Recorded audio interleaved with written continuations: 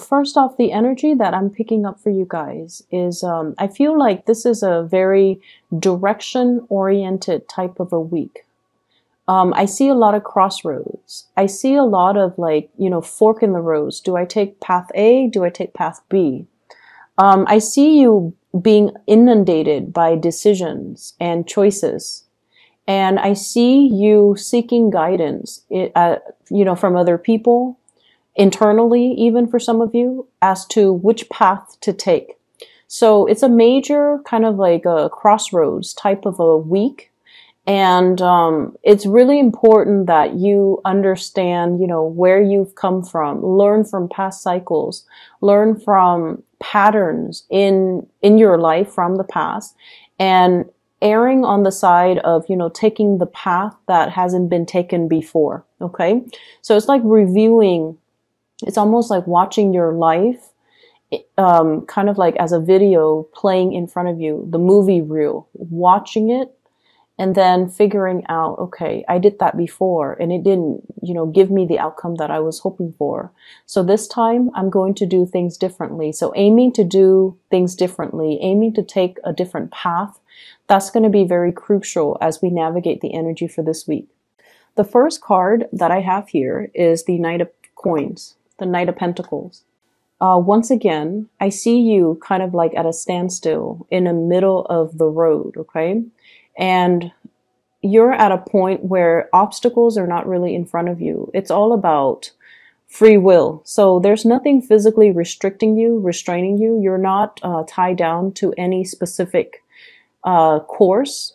No one is really forcing you to do anything. And I feel like this card indicates stagnation. Wanting to break away from the stagnation, but not knowing how to do so, and also fearing, like being very risk adverse and not wanting to make the decision that will kind of force you out of your comfort zone. The message is linked up with this card here.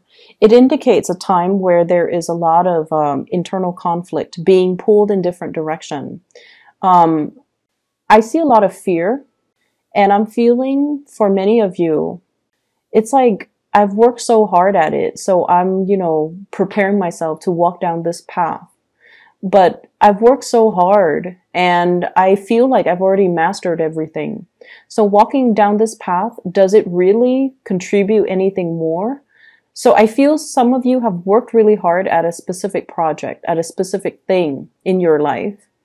And at this point, the passion and the joy that you came to it with is no longer there. So you're thinking about taking a different, like deviating from whatever you had planned to take a different course of action. Some of you are contemplating major career changes as well. And some of you, I feel, it's like there has been too much sunk cost. I've invested too much. So if I take a different path, there's a lot of risk and uncertainty associated with it as well. So I feel like you're reassessing the situation. And you're reassessing whether or not it is wise to continue on the same path because the passion is no longer there. But you've invested so much time and resources and energy that you feel compelled to continue forward. But it's really not in alignment with what your heart wants. So I see this internal conflict playing out. I also feel at this point, it is really important for you to think of life as not so much as a destiny where we're supposed to be, but more as, an experience. Everything that you have been through and everything that is laid out in front of you, they all serve as opportunities to learn new things, to learn more about ourselves, to test our capabilities, and to really get to know ourselves. So don't look at it as, a series of decisions to get me to from point A to point B, but more like the path that meanders and that will allow me to have a lot of stimulating, exciting experiences and allow me to grow as a process. So it's not so much about the destination. It's more about just the experience, the process of going through things and the process of making decisions when we are guided by our heart so that our heart can steer us in the right direction. So I see a lot of indecisiveness coming through for you guys. I feel like you have a vision of what success means to you. And this is based on what other people have told you what success means. This has been based a lot more on, the practical reality. You see people on TV, you see people in, magazines, you see people on social media, you see people on those TED Talks, and they tell you, success is like this, success is like that, but it doesn't really jive in with your vision of success. You want to be emotionally happy with the work that you do. And I feel like for many of you, yes, money is important, but I feel like you don't want to be a slave to it. And so you're reassessing what success and material success really means. The second card coming into the picture here, we have the Four of Swords. And I believe it was Gemini that got this card in the same position. Okay. So if you have Gemini in your chart, you might want to look at, the interpretation for that. But, what I'm feeling is being plugged in to too many people telling you what to do, too many people giving you their ideas, consulting too many people, and now you're just very, very confused because the information that's coming through for other people might not be appropriate for your situation. They are other people. They're not you. They're not living your reality, and they're not living your life. So it's very easy as an outsider looking in to tell people what to do. But you're the one living your reality, and you're the one that have to, live with the consequences and have to live with the outcomes of your decisions. So you kind of need to center yourself, listen to your heart to make these decisions. What I feel for some of you is there might be some legal issues where you're consulting too many people on. There might be a lot of expectations externally from other people coming to you to, to play mediator, to be the objective middleman, to assess a situation objectively. And I feel almost like you're being put in a situations where you have to pick sides. You might be caught between two feuding parents, siblings, co-workers, friends even. I see a couple that's arguing and you're caught in the middle. And I also feel like, where does my loyalty lie? So I feel like loyalties are being tested. And I also feel like, once again, make these decisions from a space of your own personal integrity, from your own heart, rather than what people expect from you. Okay? The next card is the Three of Swords. This is a card about harsh words that divide two people. It's like a wedge that drives between two people, separation between yourself and a person that you really care about. And also, it signifies to me some type of a breakup as well. Associated with this card is, I feel like you're trying to communicate with somebody and you're not getting a response. I feel like the other person has a lot of things that they're assessing in their lives, and the feelings still flow between you and them, but they're at a point where they need to sort out their feelings and they're not able to respond to you the way that you'd hope. I also feel there's an argument between you and another person that's quite significant, like a love relationship partner. And it boils down to the fact that one person expects more from the other person. So there's this perpetual conversation. It keeps coming back up. It was talked about last month. It was talked about the month before. And every month it keeps cycling back up. And I feel like it's more about who is doing what in the relationship. Are you doing enough? Is the other person doing enough? And it's like two people who are constantly running in circles, keeping scores with each other. I'm also feeling as well, for some of you, you were trying to manifest a relationship with another person. There's great chemistry. There's really, really strong emotional connection between you and that person. And I also feel like somebody has another person, like a third party. So I see three people. And I'm feeling like this is not, if you are the third party, it's not news to you that the other person's already attached. It's not news at all. And I feel like you were hoping that they might leave their partner. You were hoping that, things might turn around differently. And you were hanging on to the situation because you were hoping it will get better. For others of you, I feel like you're in a relationship with somebody and you might be with somebody else. So you might be the one juggling two options. And the other person is not willing to let you go because they really feel very strongly about you. And I feel like, once again, that crossroads, making a decision, picking sides, and walking down one path might negate the other path. It might rule out the other possibility. So the choices that you're making for this week, it is very, very important. The third card that I have here, the fourth card, the Nine of Wands. This person's heart chakra is very open. This is somebody that has been through a lot of hardships in his or her life.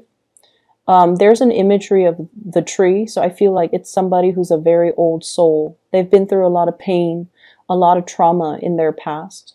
They're not playing the victim. They're not sitting there sulking and, wallowing in self-pity. They get up and they move on with their lives. This is coming in, I feel, as a little bit of a spiritual advice for you to kind of break away from it and don't fall victim to it. Be empowered as a result of everything that you've been through, but learning from the past so we don't make the same mistakes.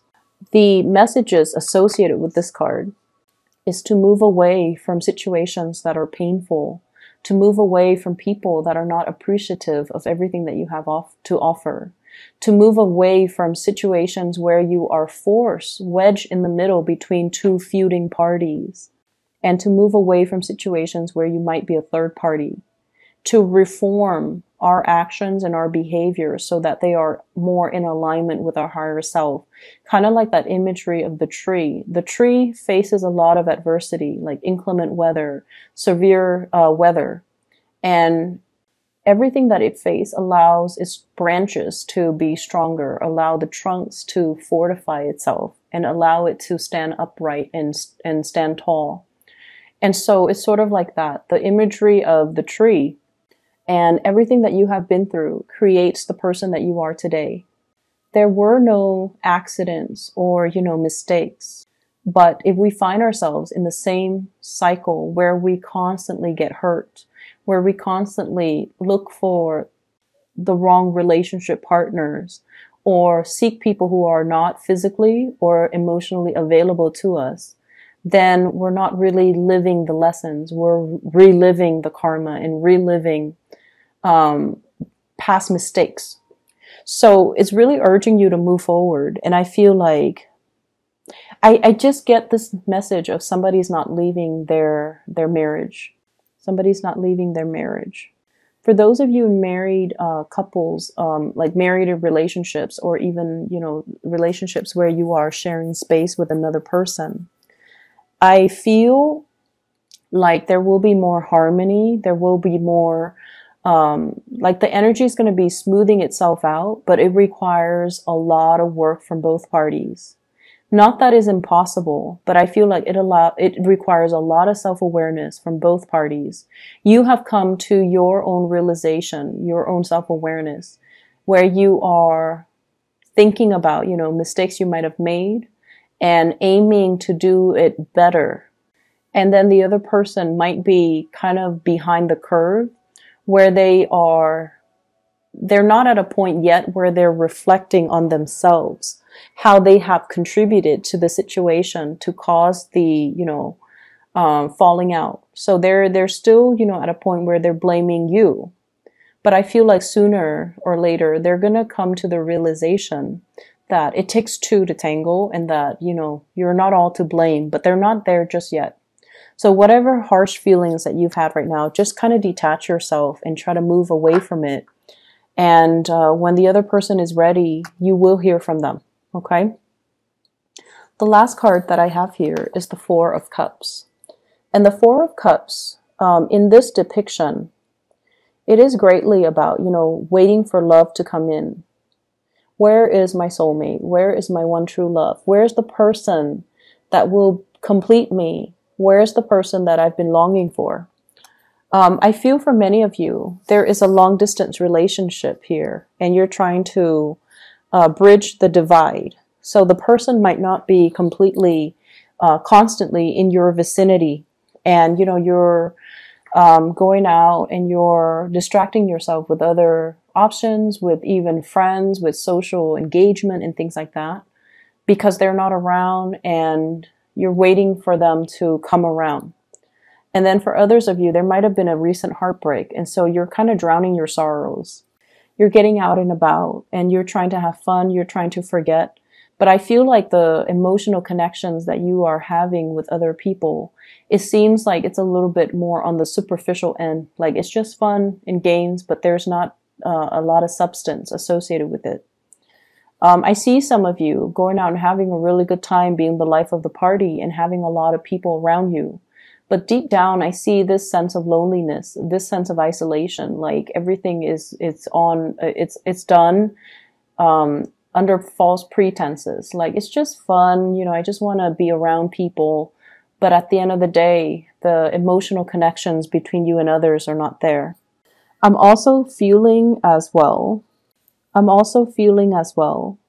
You might be dealing with a situation where the other person has a lot of options and you might be just one of the options. So please be very careful. If this is a perpetual thing, if this is an ongoing cycle, if you've seen this before, I feel like it's the same energy. Try to remove yourself away from that energy. Okay, Cancers? I hope the reading is helpful. I hope honestly that not a lot of you are dealing with this. It seems to me like it's a little bit sad. And I hope that you are able to look at the options in front of you and take that path that you haven't taken before. Okay? I feel like it's going to bring a lot more prosperity. There's a lot of fear here about venturing out into the unknown. And I feel like you kind of need to bite the bullet and just do it. Okay?